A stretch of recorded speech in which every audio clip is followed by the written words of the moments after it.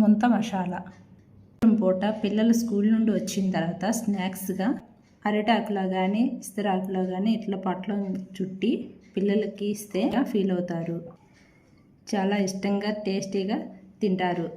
2 ఎండుమిర్చి, చెక్క, లవంగాలు, అర స్పూన్ జీలకర్ర, మిరియాలు అన్నీ సిమ్లో పెట్టుకొని దోరగా వేయించుకోవాలి. అవి వేగేటప్పుడే పుట్నాల పప్పు వేసేసుకొని వేయించుకోవాలి. కొంచెం గసగసాలు, 1 స్పూన్ నువ్వులు అన్నీ వేసుకొని వేయించుకోవాలి.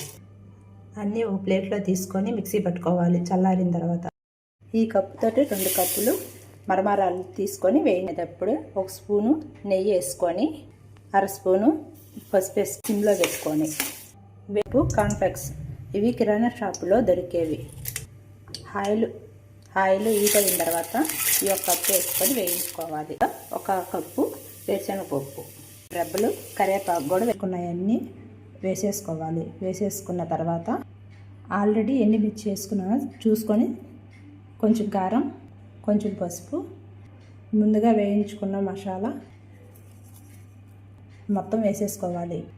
కొంచెం బూందీ, సన్నగా తరుక్కున్న పచ్చిమిర్చి, సన్నగా తరిగిన ఉల్లిపాయ, సన్నగా తరుక్కున్న టమోటా, సన్న కొత్తిమీర తరుగు, లాస్ట్ ఫైనల్ తగినంత సాల్ట్ అన్నీ వేసేసుకున్న తర్వాత ఇంట్లో కాచిన కమ్మని నెయ్యి, క్వాలిటీ ఉన్న నెయ్యి 2 స్పూన్లు వేసుకోండి.